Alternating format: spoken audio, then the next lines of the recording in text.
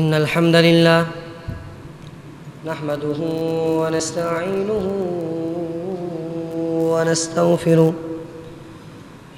ونعوذ بالله من شرور أنفسنا ومن سيئات أعمالنا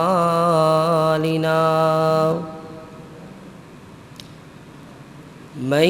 يهده الله فلا مضل له ومن يضلله فلا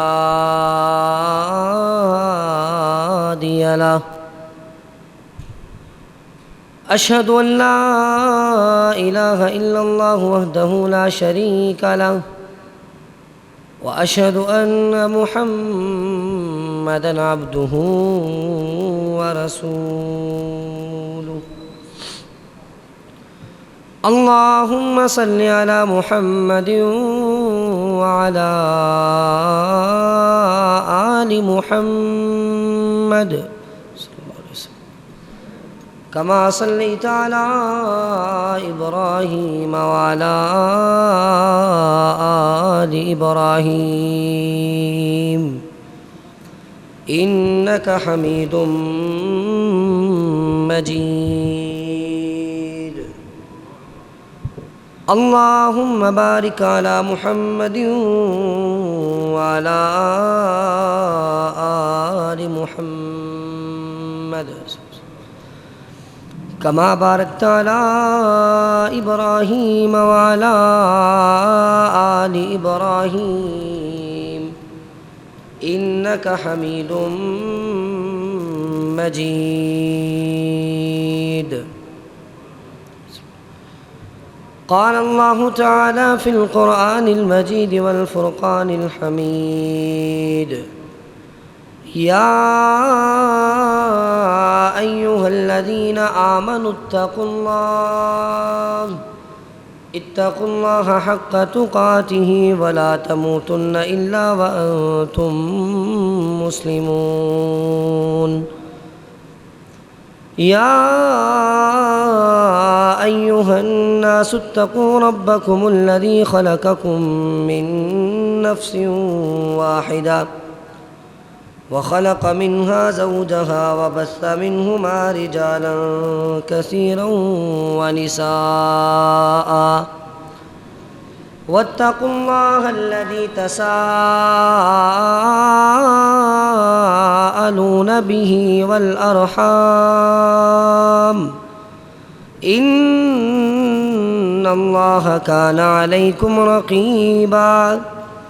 يا أيها الذين آمنوا اتقوا الله وقولوا قولا سديدا يصلح لكم أعمالكم ويغفر لكم ذنوبكم ومن يطع الله ورسوله فقد فاز فوزا عظيما أما بعد فإن خير الحديث كتاب الله وخير الهدي هدي محمد صلى الله عليه وسلم وشر الأمور محدثاتها وكل محدثة بدعة وكل بدعة ضلالة وكل ضلالة في النار أعوذ بالله السميع العليم من الشيطان الرجيم بسم الله الرحمن الرحيم واتبع ملة إبراهيم حنيفا وما كان من المشركين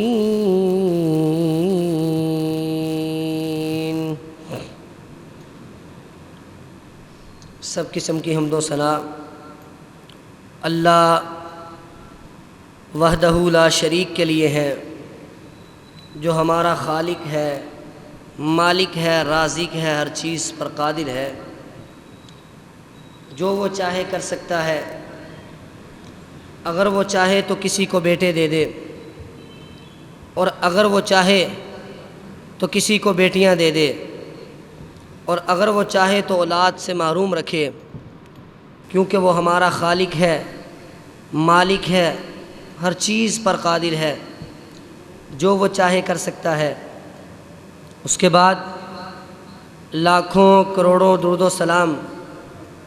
اس ہستی اقدس مقدس مطہر معطر پر کہ جس کے ذریعے سے اللہ رب العزت نے ہماری رہنمائی کا بندوبست کیا اور جس کو رحمت للعالمین بنا کر بھیجا، جس کے آنے سے انسانوں کو جینے کے طور طریقے اور سلیقے آ گئے، جس کا نام نامی اسم گرامی جناب محمد الرسول اللہ صلی اللہ علیہ وسلم ہے۔ سامعین گرامی، اللہ رب العزت نے قرآن پاک کے اندر اپنے آخر الزماں پیغمبر جناب محمد الرسول اللہ صلی اللہ علیہ وسلم کو یہ حکم دیا کہ واتبع ملت ابراہیم حنیفا وما کان من المشرکین، کہ اے نبی آپ ابراہیم علیہ السلام کی پیروی کریں، اور وہ ابراہیم جو دین حنیف کو تھامنے والے تھے، جو اکیلے اور یکتا خدا کی عبادت کرنے والے تھے، اور فرمایا وما کان من المشرکین، کہ ابراہیم شرک کرنے والے نہیں تھے۔ ابراہیم علیہ السلام کی زندگی کو فالو کرنے کا اور ان کے پیچھے چلنے کا حکم دیا، اور ساتھ ابراہیم علیہ السلام کی زندگی کا جو اہم پہلو تھا، جس کے لیے انہوں نے اپنی ساری زندگی قربان کر دی، اور جس کی خاطر ابراہیم علیہ السلام نے اپنی ساری زندگی گھر سے بے گھر ہونا برداشت کر لیا، باپ سے جدائی برداشت کر لی، اور جس کی خاطر اپنی بیوی اور اپنے بچوں سے جدائی برداشت کر لی، اور جس کی خاطر آگ میں کودنا گوارا کر لیا، اور جس کی خاطر بادشاہ وقت سے ٹکر لینا گوارا کر لی، جس کی خاطر ابراہیم علیہ السلام نے ساری زندگی تکلیفیں، مصیبتیں اور عداوتیں اور نفرتیں برداشت کر لی، لیکن اس ایک نکتے اور پہلو پر کبھی کسی سے سمجھوتا نہیں کیا، تو اللہ نے ابراہیم علیہ السلام کے دین کی پیروی کرتے ہوئے اسی پہلو کو اجاگر فرما دیا، فرمایا کہ آپ ابراہیم کی پیروی کریں، اور ابراہیم جو تھے وہ توحید پرست تھے، وہ اللہ کے ساتھ کسی کو شریک نہیں ٹھہراتے تھے، یعنی ساری زندگی اللہ کی توحید کی خاطر اپنے ہر ایک زندگی کے گوشے کو اور اپنے وقت کو اور اپنے مال کو، ہر چیز کو اللہ کی توحید کی خاطر اور مشرک سے اعلان برات کی خاطر ہر چیز کو اللہ کے رستے میں قربان کر دیا۔ اور پھر یہودی کیا کہا کرتے تھے؟ یہودی کہتے تھے کہ ابراہیم یہودی ہیں، عیسائی کہتے تھے ابراہیم عیسائی ہیں۔ اللہ نے قرآن نازل فرما دیا ما کان ابراہیم یہودی ولا نصرانی ولکن کان حنیفا مسلما، فرمایا کہ ابراہیم علیہ السلام نہ ہی یہودی تھے اور نہ ہی عیسائی تھے اور نہ ہی وہ مشرک تھے، ولکن کان حنیفا مسلما، وہ اللہ کے فرما بردار اور اکیلے اللہ کی عبادت کرنے والے تھے۔ ابراہیم علیہ السلام اللہ کے پیغمبر اور جد الانبیاء پیغمبر تھے۔ آج پوری دنیا اور ساری اسلام کو ماننے والے تمام مسلمان ابراہیم علیہ السلام کی سنت پر عمل کرتے ہوئے عید الاضحیٰ کے موقع پر جانور کو قربان کرتے ہیں، ابراہیم علیہ السلام کی سنت کو زندہ کرتے ہیں۔ جس نبی کی سنت پر ہر سال پورا اسلام اور تمام مسلمان عمل کرتے ہیں، اس نبی کا اللہ نے مقام اور اس کی عظمت اور رفعت کتنی رکھی ہے۔ اور سیدنا ابراہیم علیہ السلام کو اللہ نے جد الانبیاء بنایا کہ ابراہیم علیہ السلام کے آنے کے بعد اس کائنات کے اندر جو بھی نبی آیا، جو بھی پیغمبر آیا، وہ ابراہیم علیہ السلام کی اولاد میں سے آیا۔ حضرت ابراہیم علیہ السلام کے دو بیٹے اسحاق اور اسماعیل، اسحاق کے بیٹے یعقوب اور یعقوب سے آگے یوسف اور یوسف سے آگے تمام انبیاء چلے، حضرت اسحاق کی اولاد سے حضرت عیسیٰ تک تمام انبیاء اسی لڑی اور اسی نسل سے آئے، اور آخری پیغمبر حضرت اسماعیل علیہ السلام کی اولاد سے آیا۔ اللہ نے جد الانبیاء، تمام انبیاء کا دادا اور انبیاء کی اصل، اور جس نبی سے پیغمبروں کی نسل جاری ہوئی، اور ابراہیم علیہ السلام نے بھی اللہ سے دعا کی تھی، اے اللہ میری اولاد میں امامت کو، نبوت کو رکھ دے، اے اللہ میرے بعد جو بھی نبی آئے، جو بھی امام آئے، وہ میری اولاد میں سے ہو۔ اللہ نے ابراہیم علیہ السلام کی اس دعا کو بھی قبول فرما لیا۔ اب ابراہیم علیہ السلام کی زندگی کا گوشہ گوشہ اور آپ کی زندگی کا ہر پہلو ہمارے لیے نصیحت آموز ہے، ہمارے لیے مشعل راہ ہے کہ ان کی زندگی میں بہت ساری تکلیفیں آئیں، بہت ساری آزمائشیں آئیں، لیکن انہوں نے ہر آزمائش پر پورا اتر کر اللہ کی اطاعت اور فرما برداری کا حق ادا کر دیا، اور اللہ نے اس اطاعت اور اس فرما برداری سے خوش ہو کر اپنے حبیب کی، اپنے پیغمبر کی، اپنے خلیل کی تمام دعاؤں کو قبولیت سے نواز دیا۔ نبی علیہ السلام کی آمد اور آپ کی بعثت، یہ بھی حضرت ابراہیم علیہ السلام کی دعا کا نتیجہ تھا۔ خانہ کعبہ کی تعمیر کے بعد اللہ کے پیغمبر ابراہیم علیہ السلام نے دعا کی، اے اللہ میں نے تیرا گھر تو بنا دیا ہے، آپ اس گھر میں ایک ایسا پیغمبر بھیج جو لوگوں کو تعلیم دے، جو لوگوں کو حکمت سکھائے، جو لوگوں کو توحید کی دعوت دے، جو لوگوں کو ایمان اور ان کی توحید کا ان کو درس دے۔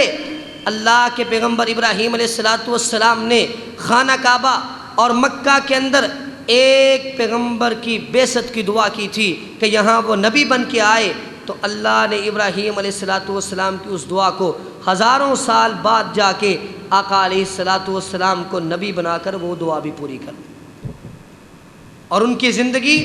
اور ان کی سیرت قرآن پاک میں اللہ رب العزت نے جن انبیاء کا تفصیل کے ساتھ ذکر کیا ہے، ان میں سے ایک ابراہیم علیہ السلام ہے، اور دوسرے موسیٰ علیہ السلام ہیں، اور تیسرے سیدنا یوسف علیہ السلام۔ اور سیدنا ابراہیم علیہ السلام کی زندگی کو جا بجا جہاں بھی توحید کا تذکرہ آتا ہے، ابراہیم علیہ السلام کی زندگی کے پہلو کا تذکرہ کر دیا جاتا ہے کہ لوگوں توحید کی خاطر مر تو جانا، مٹ تو جانا، توحید کی خاطر اپنا گھر سے بے گھر ہو جانا برداشت کر لینا، توحید کی خاطر قوم کے تانے اور قوم کی باتیں سننا تو گوارا کر لینا، توحید کی خاطر آزمائشیں اور توحید کی خاطر تکلیفیں تو برداشت کر لینا، لیکن پیغمبر ابراہیم علیہ السلام کی سیرت کو اپناتے ہوئے کبھی بھی توحید پر کسی سے سمجھوتا نہ کرنا۔ ابراہیم علیہ السلام کی زندگی کی ابتدا بھی توحید سے ہوئی اور زندگی کا اختتام بھی توحید سے ہوا۔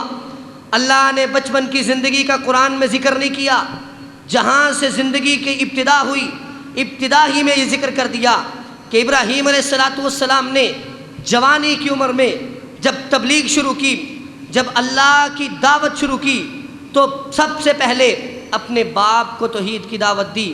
باپ جو تھا وہ بت گر تھا، بت بنایا کرتا تھا، بت پرست تھا، اور قرآن کے مطالعے سے اور تاریخ کے مطالعے سے یہ پتہ چلتا ہے کہ سیدنا ابراہیم علیہ السلام کی آمد سے قبل، آپ کی بعثت سے قبل، اس وقت کائنات کے اندر اس قدر شرک آ گیا تھا، اللہ کے در سے لوگ اتنی دور جا چکے تھے کہ واپسی کی راہ نظر نہیں آ رہی تھی۔ کوئی سورج کا پجاری تھا، کوئی چاند کا پجاری تھا، کوئی ستاروں کے آگے جھک رہا تھا، کوئی آگ کی پرستش کر رہا تھا، کوئی بتوں کے سامنے جھک رہا تھا، کوئی پتھر کی مورتیاں بنا رہا تھا، کوئی نمرود کی، بادشاہ وقت کی، حکمرانان وقت کی عبادت کیا کرتا تھا۔ حکمران بھی اپنے آپ کو خدا کہنا شروع ہو گئے تھے۔ اللہ نے ایسے جاہلانہ دور میں، ایسے اندھیرے اور ظلمات کے دور میں اللہ نے روشنی دینے کے لیے، قوم کو سیدھے راستے پر لانے کے لیے اپنے پیغمبر ابراہیم علیہ السلام کا انتخاب کیا،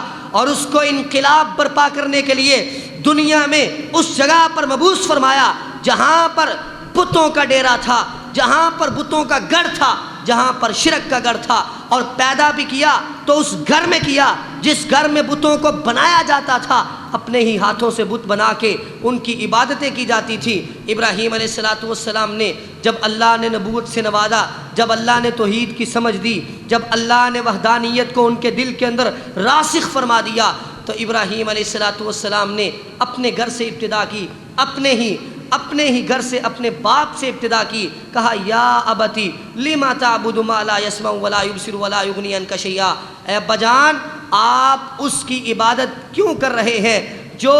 لا يسمع سن نہیں سکتا، ولا يبصر دیکھ نہیں سکتا، ولا يغني عنك شيئا آپ کو ایک رتی برابر بھی، ایک ذرہ برابر بھی فائدہ نہیں دے سکتا، آپ اس کی کیوں عبادت کر رہے ہیں؟ آپ تو سمجھدار ہیں، ان کی عبادت چھوڑو، عبادت کرنی ہے تو اکیلے اللہ کی کرو، اکیلے رب کی کرو۔ اور فرمایا یا ابتی لا تعبد الشیطان ان الشیطان کان للرحمن عصیا، اپنے ابا جان کو، اپنے ابو کو بڑے پیار سے، بڑے سلیقے سے، بڑے اچھے اسلوب اور انداز سے، بڑے ہی پیار سے اور نرم لہجے سے اور اپنے ادب کو ملحوظ خاطر رکھتے ہوئے، باپ اگرچہ مشرک تھا لیکن دعوت کا انداز بڑا پیارا تھا، اے ابا جان آپ شیطان کے پیچھے نہ چلیں، آپ شیطان کی عبادت نہ کریں، کیونکہ بتوں کی عبادت کرنا شیطان کا کام ہے، اور بتوں کی عبادت کرنے کا حکم دینا یہ بھی شیطان کا کام ہے۔ اے ابا جان آپ شیطان کی عبادت نہ کریں،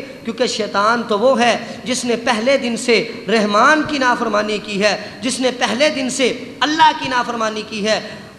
حضرت ابراہیم علیہ السلام باپ کو سمجھا رہے ہیں، بار بار کہہ رہے ہیں کہ بتوں کی عبادت نہ کرو، اللہ کی طرف سے عذاب آ گیا تو کوئی بچانے والا نہیں ہے، لیکن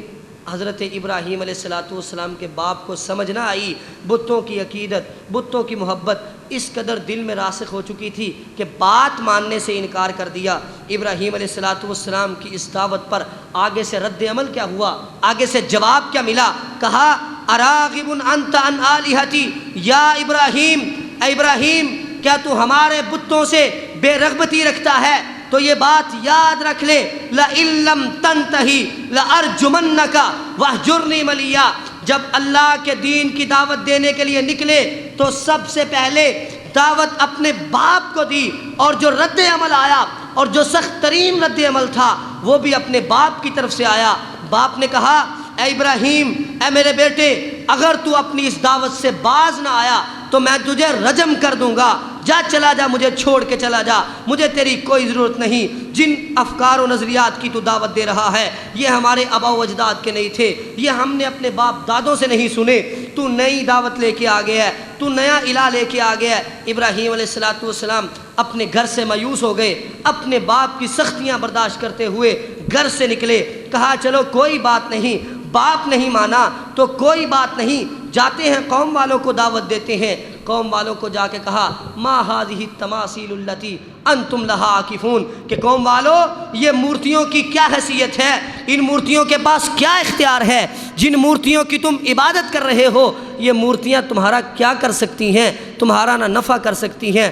نہ تمہیں نقصان دے سکتی ہیں، نہ یہ تمہاری بات سنتی ہیں، نہ یہ تمہیں دیکھتی ہیں، تو پھر تم کیوں ان کی عبادت کرتے ہو؟ قوم والوں نے کہا وجدنا آباءنا، کہ ان مورتیوں کی عبادت ہمارے آبا و اجداد نے کی ہے تو ہم ان مورتیوں کی عبادت نہیں چھوڑ سکتے۔ اب ابراہیم علیہ السلام نے اپنے باپ کو بھی دعوت دی، اپنی قوم کو بھی دعوت دی، لیکن دونوں نے انکار کر دیا۔ اس کے بعد جب زبان سے بات ماننے کی طرف نہ آئے تو پھر ابراہیم علیہ السلام نے اپنے عمل کا اظہار کیا، اپنا عمل کر کے دکھایا، عملی قدم اٹھایا۔ وہ عملی قدم کیا تھا کہ ان کو میں دلائل سے بات سمجھا رہا ہوں لیکن یہ بات نہیں سمجھ رہے۔ وہ عملی قدم یہ اٹھایا کہ ابراہیم علیہ السلام نے جب ساری قوم میلے پر چلی گئی تھی، پیچھے سے ان کے بت کدے میں، بت خانے میں داخل ہو کر تمام بتوں کو ٹکڑے ٹکڑے کر دیا۔ فجعلہم جزازا الا کبیرا لہم لعلہم یرجعون، سارے بتوں کو ٹکڑے ٹکڑے کر دیا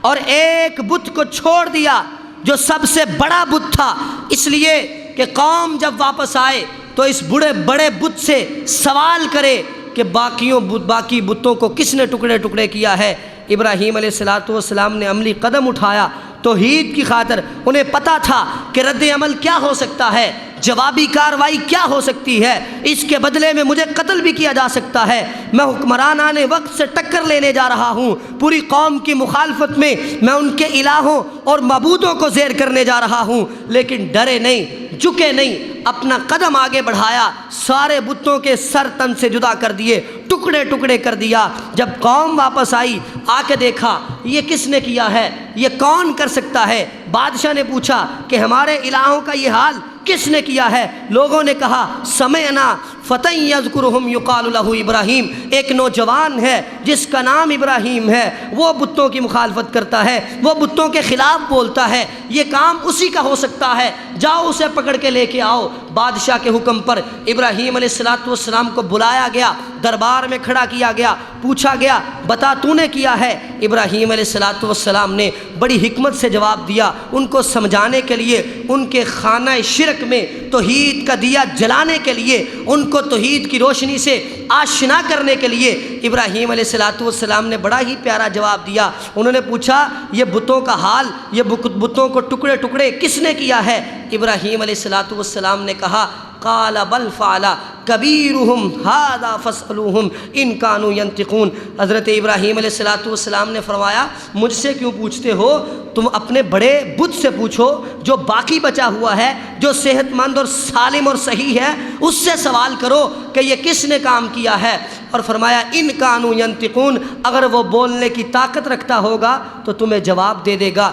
ابراہیم علیہ السلام کا بادشاہ کے دربار میں قوم کی موجودگی میں یہ ایک سوال اور یہ ایک اعتراض اتنا اثر کر گیا کہ فرجعوا الی انفسہم وقالوا انکم انتم الظالمون. ایک اعتراض پر قوم والوں نے سر جھکا لیے، قوم والے شرمندہ ہو گئے، قوم والے ندامت محسوس کرنا شروع ہو گئے کہ ہمارے کیسے الہ ہیں جو ہمیں بول کر یہ بھی نہیں بتا سکتے کہ ان پر مصیبت کس نے ڈائی ہے، جو ہمارے ایسے الہ ہیں جو ہمیں یہ بھی نہیں بتا سکتے کہ ان کو ٹکڑے ٹکڑے کس نے کیا ہے. قوم والے خاموش ہو گئے اور آخرکار ان کی بے حسی کا عالم یہ تھا، ان کی بے حمیتی کا اور ان کے شرک کا عالم یہ تھا کہ قوم والوں نے آگے سے پھر سوال کر دیا کہ ابراہیم تو جانتا ہے لقد علمت ما هؤلاء ينطقون، کہ یہ ہمارے الہ اور معبود بول نہیں سکتے، تو جواب دے، تو بتا کہ ان کا یہ حال کس نے کیا ہے.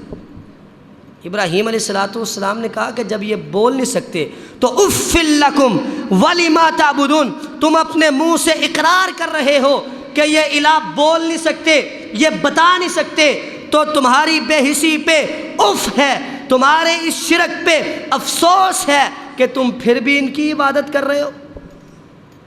ذرا اگر وہ منظر آنکھوں کے سامنے اس کی منظر کشی کی جائے تو پھر آپ کو پتہ چلے گا کہ ایک طرف بتوں کی پوجا کرنے والا نمرود بیٹھا ہے اور دوسری طرف بتوں کی پوجا کرنے والی ساری قوم کھڑی ہے، دربار لگا ہوا ہے، اور فرد واحد ایک اکیلا اور یکتا توحید پرست اللہ کو ماننے والا اس دربار میں کھڑا ہو کر توحید کا درس دے رہا ہے، اور وہاں کھڑا ہو کر ان کو توحید سمجھانے کے لیے ان کے بتوں پر اعتراضات وارد کر رہا ہے کہ لوگوں تمہیں سمجھ نہیں آتی کہ تم خود مان رہے ہو کہ یہ بول نہیں سکتے، یہ دیکھ نہیں سکتے، یہ بتا نہیں سکتے، تو پھر تم عبادت کیوں کر رہے ہو. قوم والوں نے جب ابراہیم علیہ السلام کی مزاحمت دیکھی کہ یہ اتنا اعتراض کر رہا ہے، اسی نے بتوں کا یہ حال کیا ہے.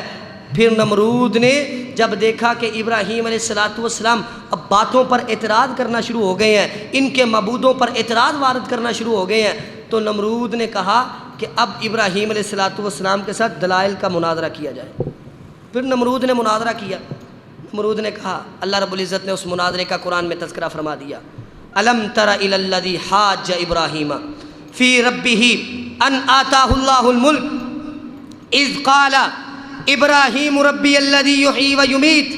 قال انا احیی و امیت. حضرت ابراہیم علیہ السلام نے نمرود جیسے مشرک کے سامنے یہ اعلان کیا کہ تمہارے الہوں کی کیا حیثیت ہے، تمہارے معبودوں کی کیا حیثیت ہے، تمہارے معبود تو دیکھ بھی نہیں سکتے، سن بھی نہیں سکتے، بتا بھی نہیں سکتے، اپنی حفاظت بھی نہیں کر سکتے۔ اور میں جس الہ کی عبادت کرتا ہوں، میں جس خدا کی پرستش کرتا ہوں، یحیی و یمیت، اس الہ کے پاس تو اتنی طاقت ہے کہ وہ زندہ بھی کر سکتا ہے، مار بھی سکتا ہے، مرے ہوئے کو زندہ بھی کر سکتا ہے اور زندہ کو مار بھی سکتا ہے۔ بتاؤ تمہارے پاس یہ طاقت ہے؟ تو نمرود کہنے لگا انا احیی و امیت، اس نے کہا جی میں بھی زندہ کر سکتا ہوں، میں بھی مار سکتا ہوں۔ بعض تابعین سے ملتا ہے کہ اس نے 2 بندے منگوائے، ایک کو رہائی ملنے والی تھی اسے قتل کر دیا، اور ایک کو سزائے موت تھی اسے آزاد کر دیا۔ کہنے لگا دیکھو جو مرنے والا تھا میں نے اسے چھوڑ دیا ہے، اور جو بچنے والا تھا میں نے اسے مار دیا ہے، مارنے اور زندہ کرنے کی طاقت میں بھی رکھتا ہوں۔ ابراہیم علیہ السلام نے کہا کہ لگتا ہے اس کم عقل کو، کج فہم کو میری دلیل سمجھ نہیں آئی۔ ابراہیم علیہ السلام نے کہا کہ اس کو لگتا ہے کہ دلیل سمجھ نہیں آئی، بات سمجھ نہیں آئی، بجائے اس کے کہ اسی پر زور لگایا جائے میں اسے نئی دلیل پیش کر دیتا ہوں۔ یا پھر یہ کہ اگر تو مارنے اور زندہ کی طاقت رکھتا ہے تو پھر اس کی طاقت کیسے رکھے گا؟ ایک اور دلیل پیش کر دی، کہا میرا رب تو وہ ہے، میرا رب تو وہ ہے جو مشرق سے سورج کو طلوع کرتا ہے اور مغرب میں سورج کو غروب کرتا ہے۔ اے نمرود، اگر تو رب ہے، اگر تو الہ ہے، اگر تو کہتا ہے کہ میں الہ ہوں، میرے عبادت کی جائے، مجھے پوجا جائے، تو جا پھر تو سورج کو مغرب سے طلوع کر کے دکھا اور مشرق میں غروب کر کے دکھا، میں تجھے مان جاؤں گا کہ تو رب ہے۔ فبہت الذی کفر، اللہ نے قرآن میں اس واقعے کا نقشہ کھینچ دیا کہ جب ابراہیم علیہ السلام نے یہ دلیل اس کے سامنے پیش کی تو نمرود ہکا بکا اور حیران رہ گیا، اس کے پاس کوئی جواب نہیں تھا۔ اب عملی طور پہ جب قدم اٹھایا قوم کے اندر دعوت کے لیے، تو سب سے پہلے باپ کا رد عمل سامنے آیا، پھر قوم والوں کا سامنے آیا، اب بادشاہ سے بھی ٹکر لے لی، ہر طرف مخالفتیں ہی مخالفتیں ہیں، اور اکیلے ابراہیم اللہ کو ماننے والے ہیں، کوئی دوسرا توحید پرست وہاں موجود نہیں تھا۔ فرعون نمرود کے دربار میں جب ابراہیم علیہ السلام اپنی علمی دلائل کے ساتھ فرعون نمرود پر اور قوم والوں پر غالب آ گئے، تو قوم والوں پر صرف واحد حل ان کے پاس یہی رہ گیا تھا کہ ابراہیم علیہ السلام کو اب شہید کر دیا جائے،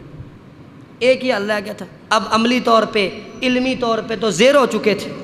تو انہوں نے کہا جی قالوا حرقوه وانصروا آلہتکم ان کنتم فاعلین۔ بے حسی اور شرک نے اس قدر ان کی عقل پر پردہ ڈال دیا تھا کہ اپنی زبان حال سے کہنے لگے قوم والو اپنے الہوں کی مدد کرو اور اس ابراہیم کو آگ میں جلا دو، اگر تم نے کچھ کرنا ہے تو یہ کام کر لو۔ اب دیکھو یہ کیسے الہ ہیں کہ جن کی مدد ان کو ماننے والے کر رہے ہیں، یہ کیسے الہ تھے کہ جن کو پوجنے والے ان کی مدد کر رہے ہیں۔ ابراہیم علیہ السلام کو آگ میں جلانے کے لیے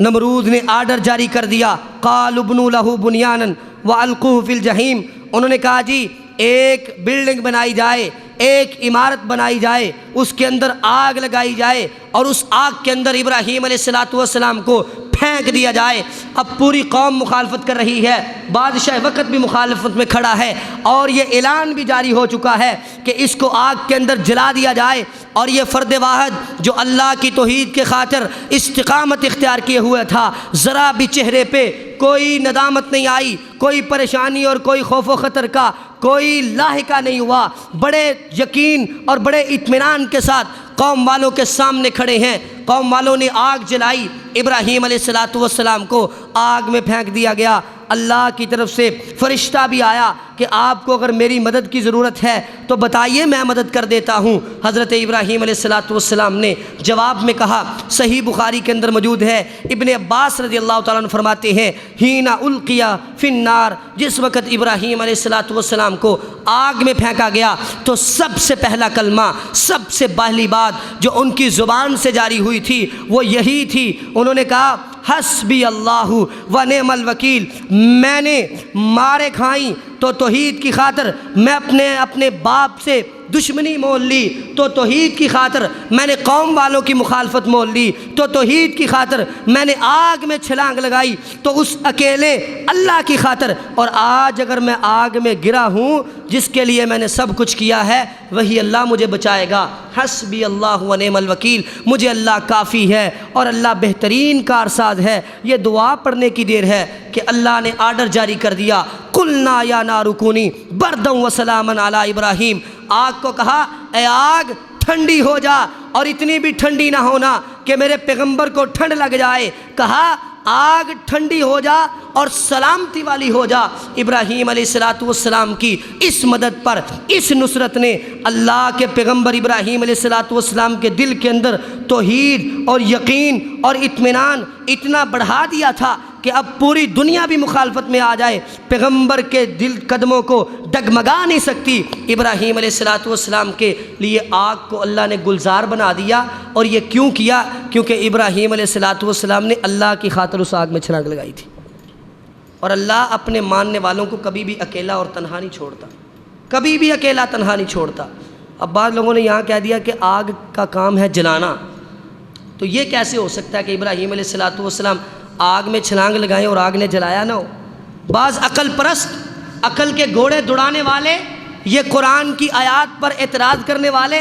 اور احادیث صحیحہ کا انکار کرنے والے اپنی عقل کے گھوڑے دوڑاتے ہیں، کہتے ہیں جی آگ کا کام ہے جلانا۔ یہ کیسے ہو سکتا ہے کہ ابراہیم نے آگ میں چھلانگ لگائی ہو اور آگ نے جلایا نہ ہو؟ ان کم فہموں سے، ان کج فہموں سے میرا ایک سوال ہے کہ کم عقلو بتاؤ، آگ کا کام جلانا ہے، ہم بھی مانتے ہیں، لیکن اس بات کا جواب دو کہ آگ کو جلانے کی طاقت اور تاثیر کس نے دی ہے؟ آگ کو جلانے کی طاقت کس نے دی ہے؟ آگ کو پیدا کرنے والا کون ہے؟ آگ کو پیدا اللہ نے کیا ہے، اور آگ کو جلانے کی طاقت بھی اللہ نے دی ہے۔ اگر اللہ آگ کو جلانے کی طاقت دے سکتا ہے تو آگ سے جلانے کی طاقت چھین بھی سکتا ہے۔ تو اللہ کی وحدانیت پر انکار نہیں کرنا چاہیے، اعتراض نہیں کرنا چاہیے۔ اللہ نے اس وقت آگ سے جلانے کی طاقت چھین لی اور اس آگ کو گلزار بنا دیا اور اس آگ کو سلامتی والی بنا دی، اور رہتی دنیا تک اس واقعے کو قرآن کے اندر رقم فرما دیا کہ توحید والو سن لو، جب تک تم توحید پر ڈٹے رہو گے نہ آگ تمہیں جلا سکے گی، نہ چھری تمہیں ذبح کر سکے گی، اور نہ تمہیں سمندر ڈبو سکے گا۔ جب تک تم توحید پر قائم رہو گے اللہ کی طرف سے ایسے ایسے معجزات نازل ہوں گے، اور اللہ کی طرف سے ایسی ایسی نصرتیں آئیں گی کہ تمہارے دل میں یقین اور ایمان اور مضبوط ہو جائے گا۔ ابراہیم پیغمبر علیہ السلام کی زندگی کو ایسے نہیں اللہ نے نمونہ فرما دیا، فرمایا قد کانت لکم اسوۃ حسنہ فی ابراہیم والذین معہ اذ قالوا لقومہم انا براء منکم ومما تعبدون من دون اللہ کفرنا بکم وبدا بیننا وبینکم العداوۃ والبغضاء۔ اللہ رب العزت نے فرمایا کہ ابراہیم علیہ السلام کی زندگی تمہارے لیے اسوہ حسنہ ہے۔ دو پیغمبروں کی زندگی کو کہا کہ تمہارے لیے اسوہ حسنہ ہے۔ ایک نبی علیہ السلام کی زندگی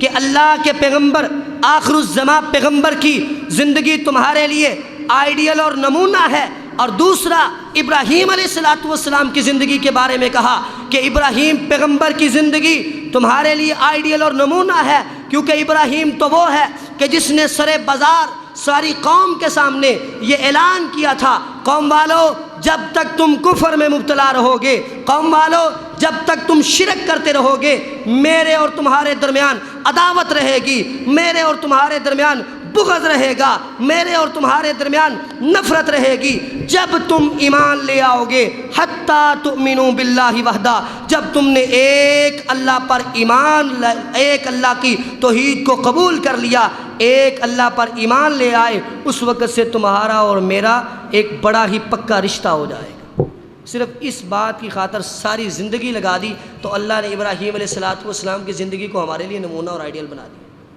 ابراہیم علیہ السلام کی قوم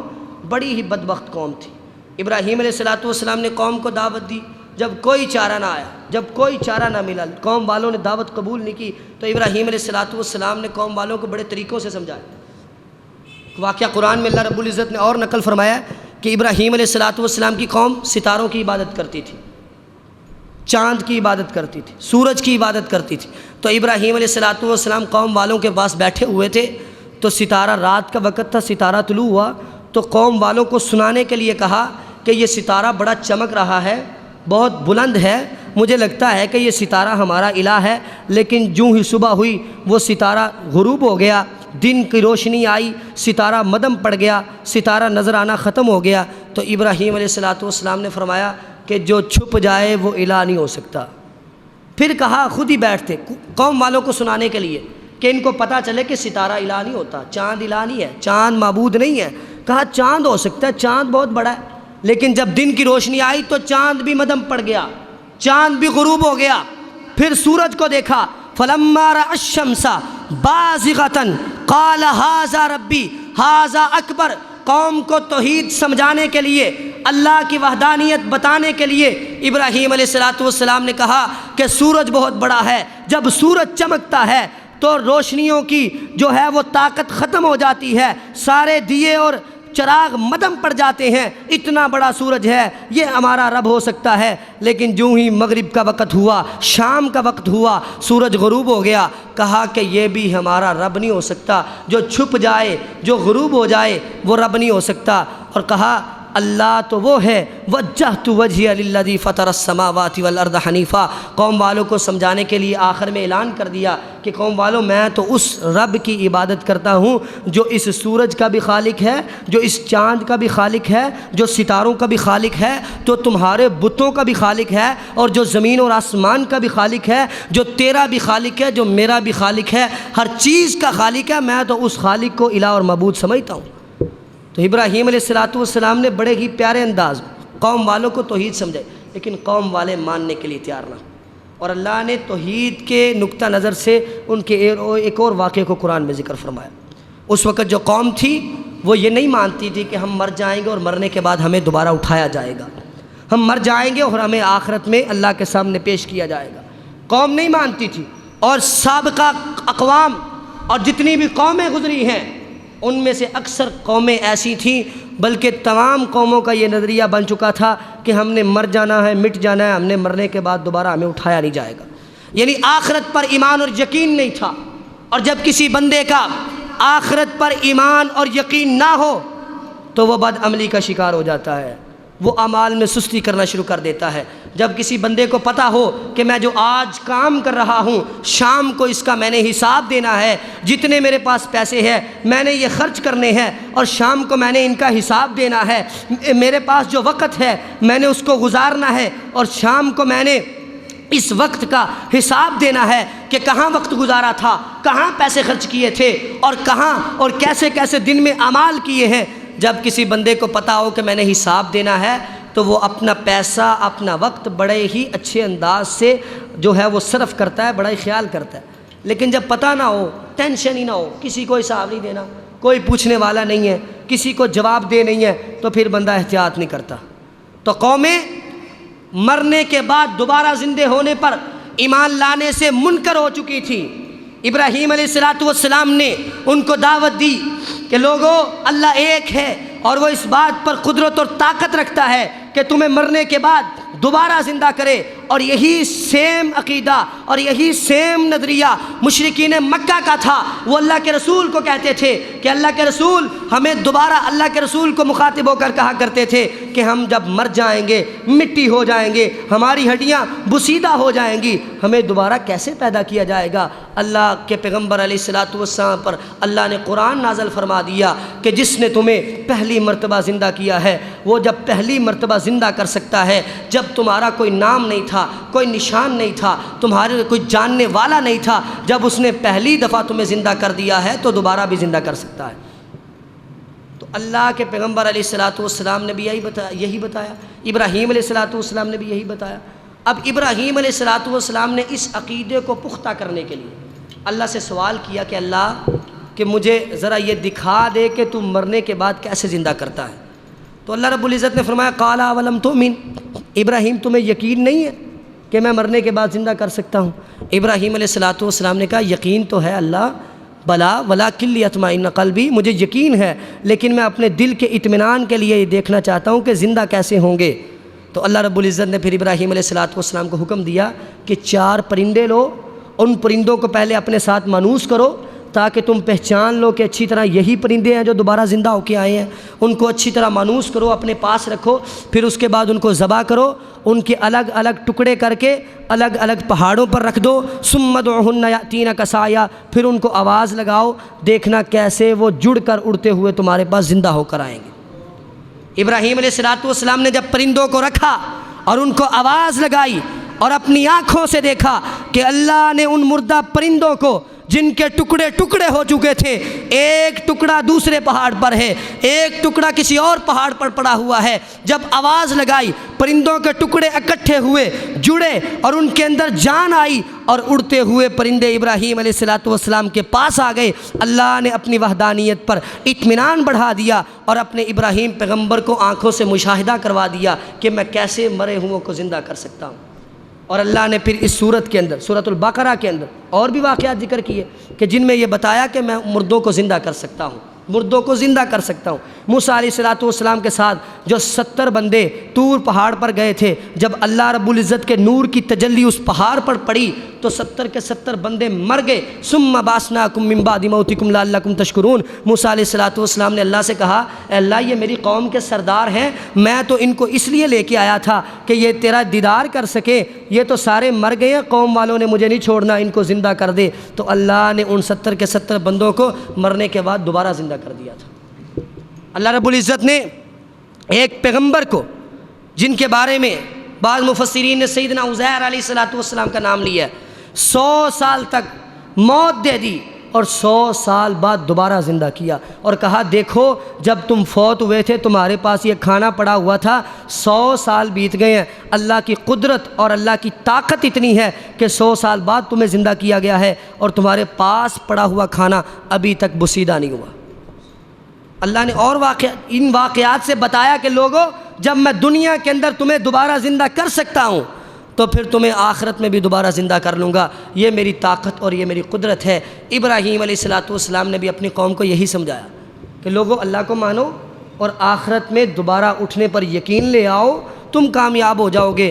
تمہارے لیے اجر عظیم اور تمہارے لیے جنت اور باغات ہوں گے۔ اللہ سے دعا ہے کہ اللہ تعالی ہمیں ابراہیم علیہ السلام کی دعوت کو سمجھ کر اس پر عمل کرنے کی توفیق عطا فرمائے اور انہی کی طرح توحید پر عمل کرتے ہوئے آزمائش اور تکالیف کا سامنا کرنے کی اور اس پر ڈٹنے کی اور استقامت اختیار کرنے کی بھی توفیق عطا فرمائے۔ وآخر دعوایا ان الحمد للہ رب العالمین۔